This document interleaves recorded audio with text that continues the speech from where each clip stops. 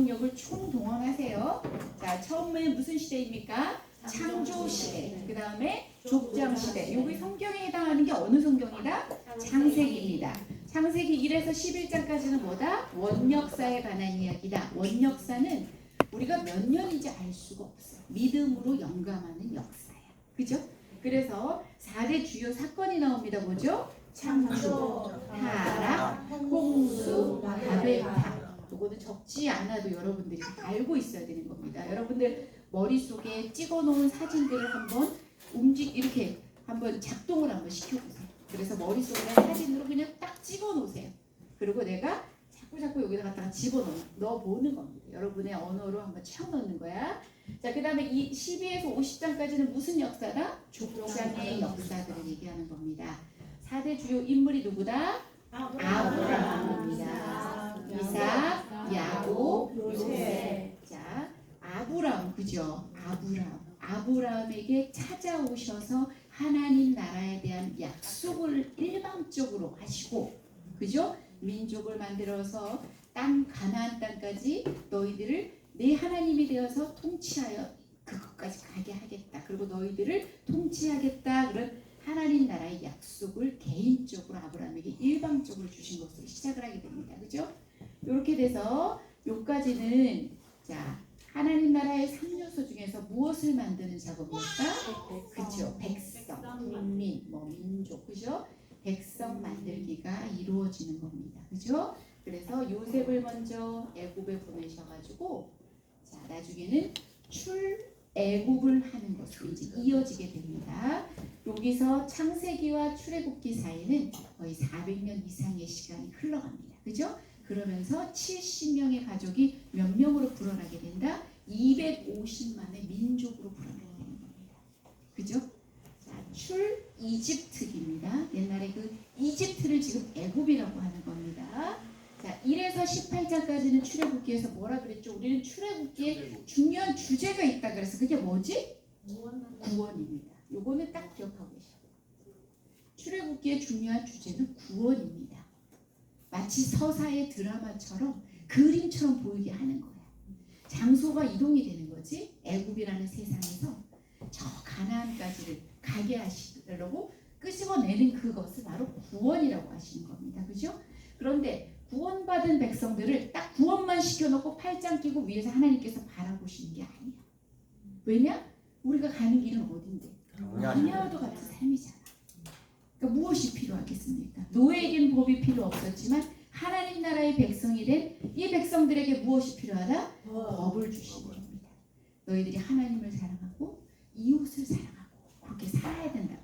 그래야만 너희들이 행복할 수 있는 행복 코드이라는 얘기를 해주는 겁니다. 그 다음에 법만 주신 것이 아니라 너희들 그때는 에덴에서는 아담과 하와가 하나님과 정말 교제하면서 어떤 거리낌도 없이 살았지만 타락으로 인해서 그죠? 타락으로 인해서 쫓겨난 우리에게 사라진 하나님의 나라입니다. 그러나 이스라엘 이 민족 가운데 중심에 성막을 주시면서 거기 와서 너희와 함께 거하고 너희가 가는 그 끝까지 함께 가겠다고 하시면서 주신 것이 뭐다? 그게 바로 성막. 자, 그래서 출애굽기는 구원의 이야기였으면 끝나는 게 아닙니다. 우리를 끝까지 인도하시겠다는 어떻게 보면 법과 성막의 이야기가 상당히 중요한 겁니다. 우리가 구원받고 홍해 근처에서 랄랄랄랄랄라 이렇게 노래 부르면서 춤추면서 끝나는 게 아니라는 겁니다. 우리의 삶은 광야로 갔기 때문에 하나님의 임재가 필요하고 하나님의 그 말씀이 필요한 겁니다. 그죠? 떡으로만 사는 게 아니기 때문에 우리는 그 말씀이 필요하고 하나님의 임재, 도행이 필요한 겁니다. 자, 그런데 이제 시간이 흐르지 않습니다. 이 사람들이 머물고 있는 곳이 지금 어디입니까? 시내산이에요. 도착한 곳이 시내산이었거든요. 시내산에서 11개월 5일 동안을 머물면서 법을 받고 성막을 만들고 출애굽기 40장에서 성막이 완성되고 그러면 이 성막에서는 무엇이 드려진다? 제사가 드려지는 겁니다. 제사는 뭡니까? 하나님께 나아가는 교제의 근거가 되는 겁니다. 구약에서 예배는 제사입니다. 그 방법밖에는 없습니다. 그죠?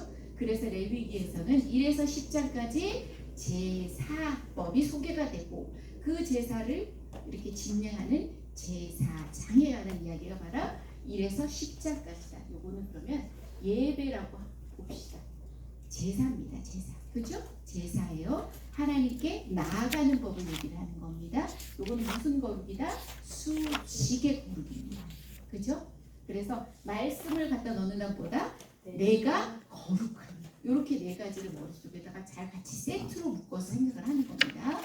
그 다음에 요거는 뭐냐면 이제 예배에 대해서 얘기했다면 11에서 27장까지는 정결한 삶을 위한 하나님의 지침들이 소개가 되는 겁니다. 말하자면 예배자의 거룩에 대해서 얘기를 하는 겁니다. 그죠? 그래서 요거는 하나님과 동행하는 법입니다. 죄가 이씨는 하나님과 여러분 교제하기가 쉽지 않습니다. 맞죠? 없습니다. 그죠? 그래서 우리는 회개가 필요하고 하나님과 릴레이션십은 되지만 펠로우십을 하기 위해서는 항상 하나님 앞에 우리가 죄가 있다면 회개하고 나가서 관계를 회복해야 되는 겁니다. 맞죠? 그래서 예배자의 거룩에 대해서 얘기를 하고 이거는 수평의 거룩에 대해서 얘기합니다. 개인의 몸의 정결부터 시작해서 이웃과 사회에 나가는 모든 정결까지에 대한 이야기들이 소개가 됩니다. 그리고 이거는 그래서 말씀으로 우리가 뭐다? 너희도 거룩해라. 이렇게 나오는 겁니다. 그래서 예배와 예배자의 거룩에 대해서 얘기를 하고 있어요. 그래서 레위기는 위기의 책이 아니라 뭐다? 기회의 책이다. 우리에게 가장 중요한 게 뭡니까? 예배잖아요. 그 하나님과 교제하는 거잖아요. 맞죠? 그리고 이제 민수기입니다. 여러분 출애굽을 했지만 우리가 들어간 곳은 정작 어디다? 광야입니다. 그렇죠? 민수, 백성민의 숫자입니다. 그래서 우리는 몇 차의 인구조사가 있었다? 2차의 인구조사가 있었다. 민수기 1장에서 있었고 민수기 26장에서 있었다. 자, 1에서 14장까지는 장소 이동을 하는 거야. 얘네들이 지금 머물고 있는 곳이 어디? 여전히 시내산. 자, 민수기에 들어가면 10장에서 얘네들이 이동을 하게 되겠지만 1에서 14장까지 이동이 있습니다. 어디에서 이동을 할까요? 요 시내산에서 어디까지 간다? 가데스 산에.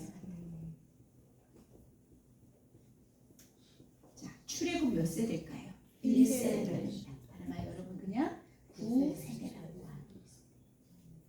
자, 여기 13장에 가나안 정탐 사건이 있다고 이제 머릿속 기억이 되시죠? 14장에서는 너희들이 40일을 정탐했으니까 그 반역의 죄로 무엇이다? 40년 동안 헤매게 될 것이다.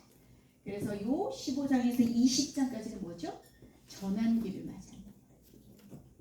그래서 어디에서 배회를 합니까? 광야의 배회. 보십시오. 구원 받았으나 사명 모르고 그냥 똥만 취하고 사는 인생은 먹고 살다 죽습니다. 그래서 우리가 지금 신인은 어떻게 보면 과거의 구원이죠. 그러나 우리 지금 성화의 과정을 밟고 가고 있습니다. 믿음은 우리 안에 있습니다. 우리 지금 죽어도 천국 갑니다.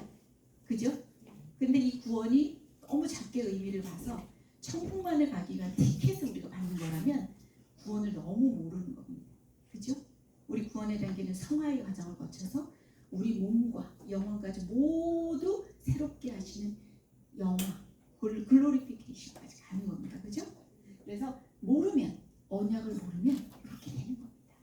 그죠? 그렇지만 하나님은 신실하시기 때문에 가나안으로 인도하셔야 되겠거든. 어느 세대를 이끌고 갑니까?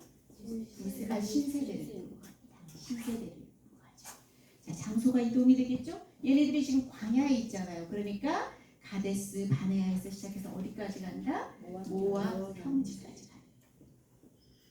자, 이 과정 가운데 여러분들이 민수기를 보면 아시겠지만 수많은 원망이 있었고요. 탐욕의 사건, 그죠? 교만의 사건, 그죠? 질투, 모든 것들이 다 있습니다. 우리의 일상의 삶과 똑같습니다. 맞죠? 그죠? 우리 일상의 삶과 진짜 똑같습니다. 그죠? 그죠? 그래서 민수기는 어떻게 보면 이스라엘의 광야 행적기입니다. 광야를 지나가는 길입니다. 그죠? 그리고 이 두 번의 인구조사가 있었고 결국은 신실하신 하나님께서는 눈으로 보지 못했던 그 신세대들을 가나안 땅으로 들어가게 하십니다. 그럼 이 신세대는 말씀을 잘 안다 모른다? 모른다.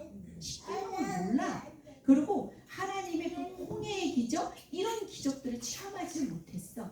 체험했을지라도 너무 어려서 알지 못했겠지? 그죠?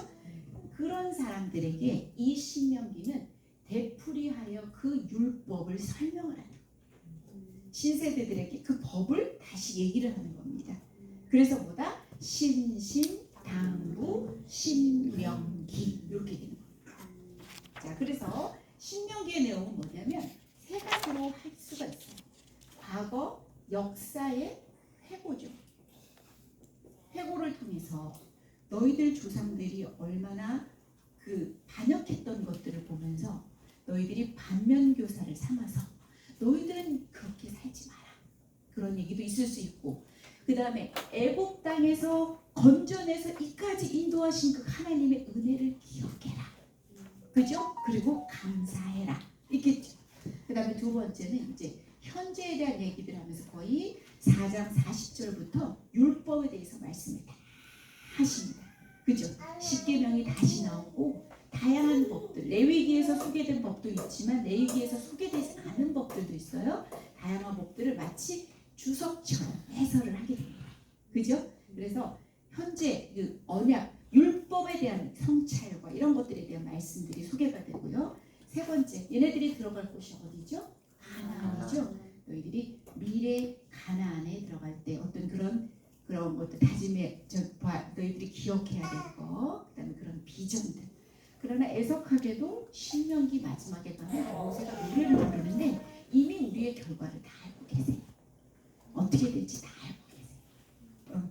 너희들이 배교할 것도 다 알고 계시고, 너희들이 우상을 숭배할 것, 그 다음에 음란의 지곡, 이런 모든 것들에 대해서 다 알고 계신 거야.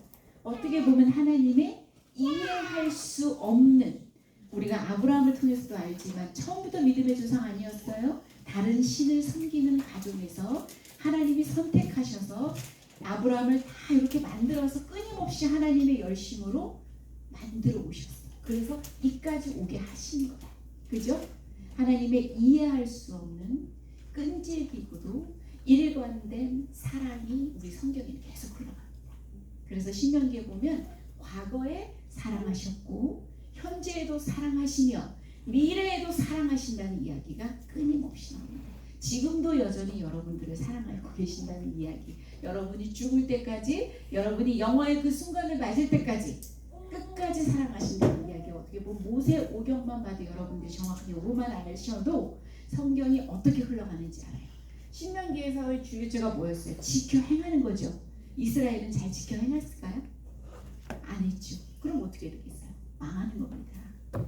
그죠? 망하는 겁니다. 그래서 신약에서 누가 오셔야 됩니까? 예수님이 오셔야 됩니다. 우리가 바로 그런 존재입니다. 그죠? 이게 바로 모세 오경에 대한 이제까지의 복습이에요. 그러니까 다른 거 전부 다 하는 게 너무 부담스러우시면 여러분들이 이거 5개만 모세 오경만 표를 만들어서 내 걸로 만드십시오. 그래서 이렇게 저처럼 딱 구분해서 중요한 사건들만 딱 적고 그 말씀을 이어가 보세요.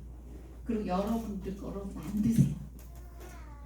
그러면 여러분들에게도 성장이 분명히 있을 겁니다. 그리고 한번 가까운 사람들에게나 할 수 있는 그런 뭐 세론들이나 아니면 이런 사람들에게도 한번 전해보세요. 그러면 여러분들도 훨씬 더 다르게 다가올 겁니다. 그죠? 말씀이 아마 막 살아서 움직일 겁니다. 네, 저도 그 과정을 밟아가고 있고 여러분들도 동일하게 늘 앉아서 수동적인 자세로 공부하는 게 아니라 능동적으로 이것을 한번 해봤으면 좋겠습니다. 그래서 뭐 성경 읽어 나가기 되게 바쁘시겠지만 혹여나 시간이 되거나 하면 머릿속에다 한번 자꾸 그려보세요. 사진을 찍어보고 이게 우리의 인생이구나. 나는 누구에서 창조됐어? 하나님. 그러나 그 백성이 어떻게 됐어? 타락했지. 그런데 그 하나님은 어떻게 했어? 구원을 약속하셨어. 창세기 3장 15절. 그죠? 그래서 결과적으로 구원하셨어. 그런데 오니까 여전히 광야의 삶이야. 그러나 가나안에 갔지만 여기서도 우리가 나중에 사사시대로 접어들거든요. 결국은 예수 그리스도의 동안 그 구원에 대한 메시지들이 성경을 통해서 계속 흘러나가는 겁니다. 우리는 그 이야기를 지금 배우고 있습니다. 자, 오늘 우리가 가야 될 곳이 바로 가나안이라는 땅을 가게 될 겁니다.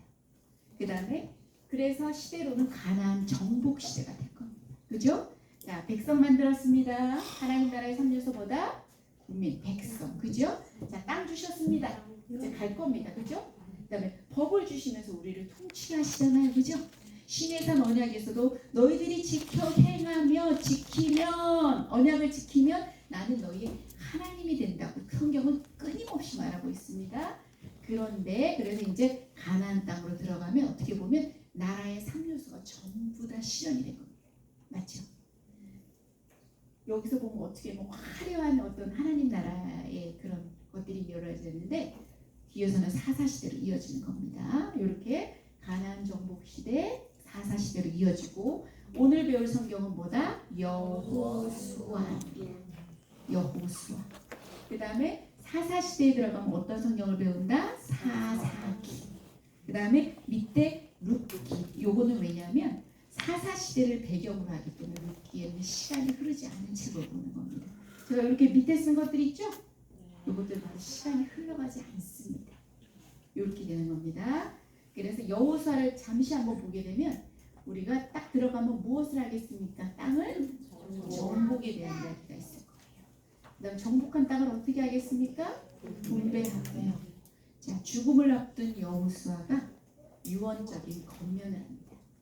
마치 모세가 모압 평지에서 신신당부하면서 얘기했던 것처럼 여호수아도 여기서 유언적인 권면을 하게 됩니다. 그래서 110세의 나이로 여호수아는 역사의 뒤안길을 사라집니다. 그러고 나서 사사시대를 가게 됩니다. 사사시대에 대한 배경들이 설명이 될 것이고 사사시대에 끊임없이 죄로 되풀이 되는 반역에 대한 이야기들이 나올 겁니다. 그 다음에 완전 총체적으로 난맥에 이르게 됩니다. 얼마나 그 사회가 그때 사사시대가 얼마나 그냥 암흑이고 얼마나 어려운 시대인 것을 우리가 보게 될 겁니다. 그럼에도 불구하고 이 룻기는 보석과도 같은 이야기입니다. 사사시대를 배경으로 하지만 여기서는 아주 아름다운 이야기가 싱싱한 줄기에서 피어나는 꽃처럼 이야기가 진행이 될 텐데 마지막은 다윗에 대한 족보가 다윗에 이어서 누가 오십니까? 예수님이 오시죠. 이렇게 암흑의 시기이지만 이렇게 타면서 이렇게까지 나가는 이야기까지 오늘 살펴보게 될 겁니다. 그래서 여호수아 사사기 룻기를